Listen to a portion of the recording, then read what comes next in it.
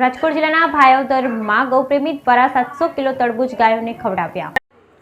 રાજકોટ જિલ્લાના ભાયોદરમાં ગૌપ્રેમી દ્વારા 700 કિલો તરબૂચ ગાય માતાને ખવડાવ્યા. આજરોજ ભાયોદર ગૌપ્રેમી એવા વિજયભાઈ દલસાણિયા દ્વારા ગાય માતાને 700 કિલો તરબૂચ ખવડાવી એક સુંદર સેવાનું કાર્ય કરેલ. કાળઝાળ ગરમીમાં ગાય માતાને તરબૂચ ખવડાવી એના શરીરમાં થોડી ઠંડક થાય એવા ઉદ્દેશ્યથી ગામની દરેક ગાય માતાને તરબૂચ ખવડાવ્યા. વિજયભાઈ એવી પણ દરેક લોકોને અપીલ કરી કે ઉનાળાની આ ઋતુમાં ગાય માતાને ઘર આંગણે એક કુંડી મૂકી અને પાણી પણ પીવડાવવું જોઈએ. વિજયભાઈના મિત્ર નરેન્દ્રભાઈ ફળદુ પણ ગૌપ્રેમી છે અને એમને પણ આ કાર્યમાં સાથ સહકાર આપે છે. ઉનાળાના સમયમાં તમારા ઘર આંગણે ગાય માતા આવે તો એમને અવશ્ય પીવડાવવું જોઈએ. ગાય માતાને આપણા ઘરના એક સભ્યની જેમ સાચવવી જોઈએ. બ્યુરો રિપોર્ટ વિપુલ ધામેચા ઉપલેટા.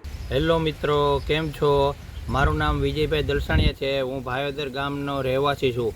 મને આજ રોજ એવો વિચાર આવ્યો કે આ ઉનાળાની સખ્ત ગરમીમાં મનુષ્ય પણ ત્રાહિયામ થઈ જાય છે, તો મૂંગા અબોલા જીવ એવા આપણી સૌની રક્ષા કરતી ગૌ માતાનું શું થશે?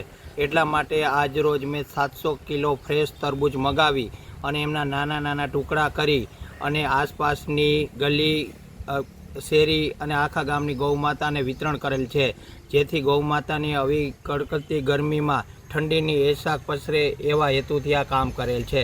તો મારા બધા મિત્રોને હું નમ્ર વિનંતી કરું છું કે જો જગ્યા હોય તો ઘરની પાસે એક નાનકડી કુંડી મૂકી અને એમાં સ્વચ્છ પાણી ભરી અને ગાય માતાને પાણી પીવડાવે, જેથી કરીને આવી ગરમીની ગરમીમાં ગૌ માતાને રાહત મળી શકે.